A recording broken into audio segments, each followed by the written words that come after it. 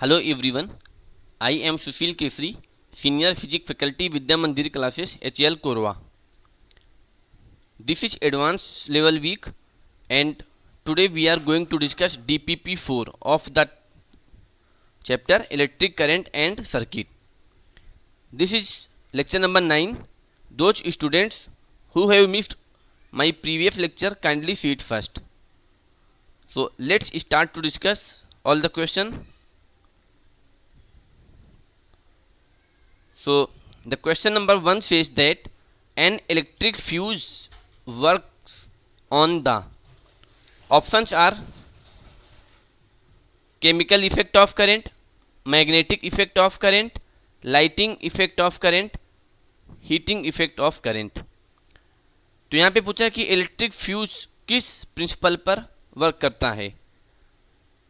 तो हमें पता है कि जो इलेक्ट्रिक फ्यूज होता है वो हीटिंग इफेक्ट ऑफ करंट पर वर्क करता है। अगर हम किसी भी सर्किट में इलेक्ट्रिक फ्यूज लगा हुआ है, it is an safety device.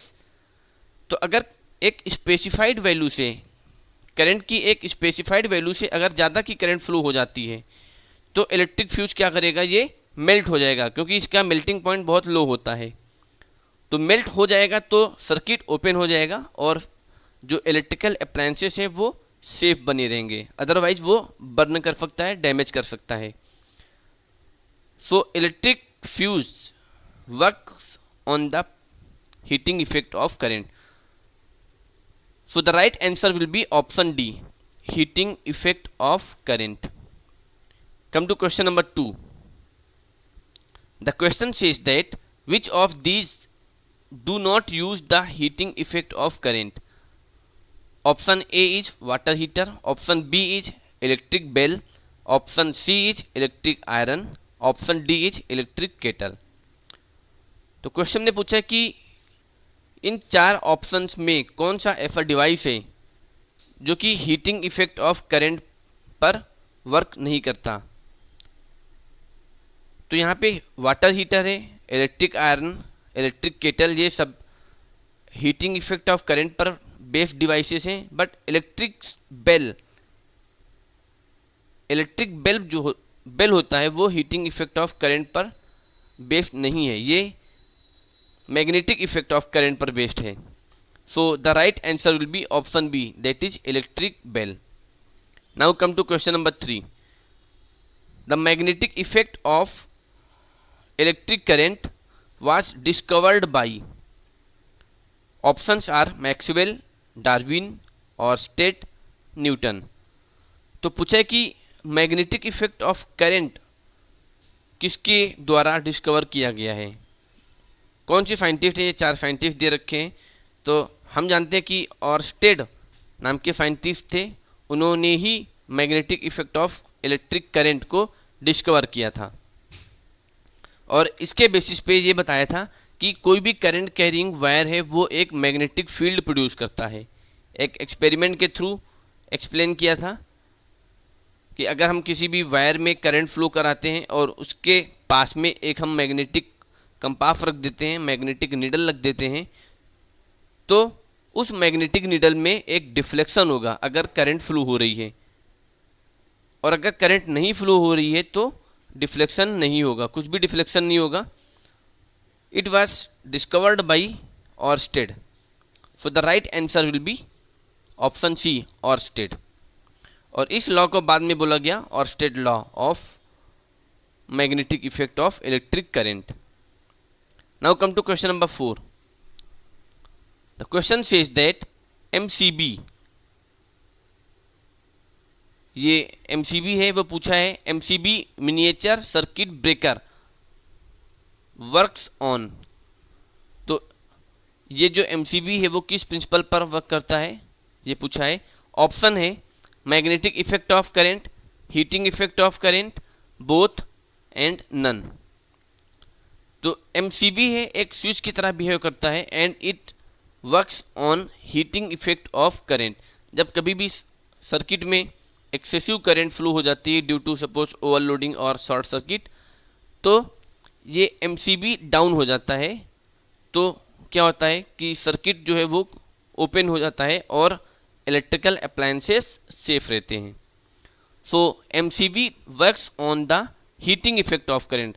So the right answer will be option B, heating effect of current.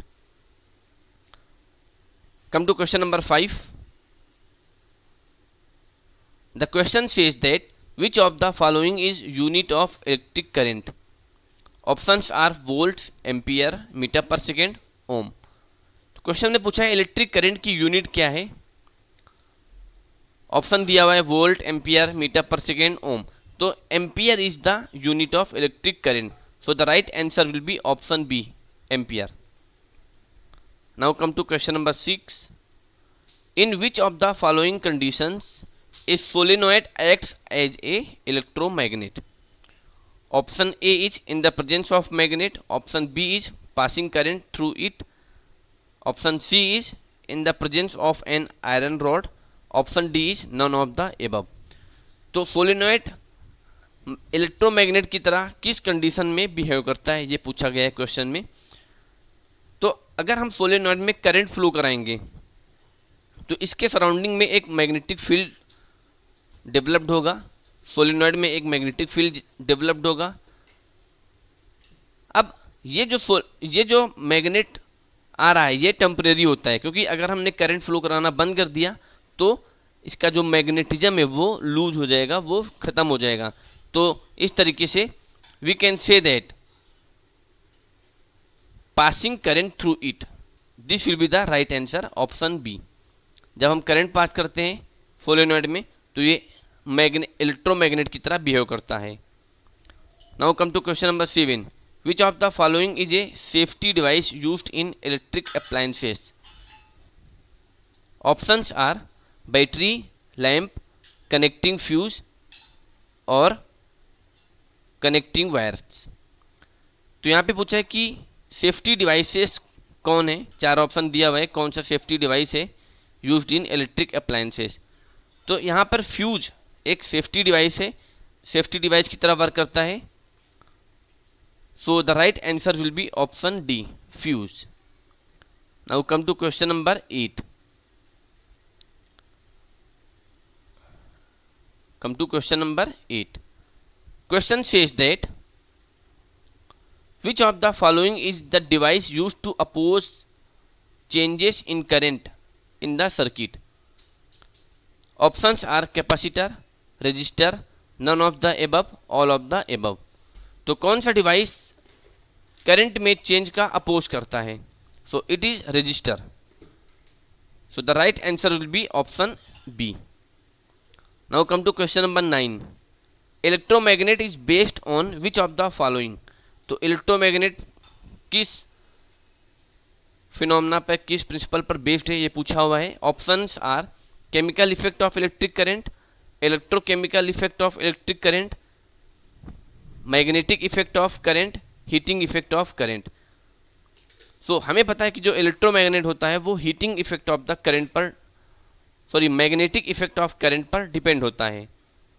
क्योंकि जब तक हम करंट फ्लो कराएंगे किसी भी वायर में, किसी भी कॉइल में, तो वो मैग्नेट की तरह बिहेव करेगा, जिसको हम इलेक्ट्रोमैग्नेट बोलते हैं। बट अगर हम करंट फ्लो कराना बंद कर देंगे तो वो मैग्नेट की तरह बिहेव करना बंद कर देगा, उसका मैग्नेटिज्म स्टॉप हो जाएगा। So the right answer will be option C, magnetic effect of the current. Now come to question number 10. Which of the following defines electric current?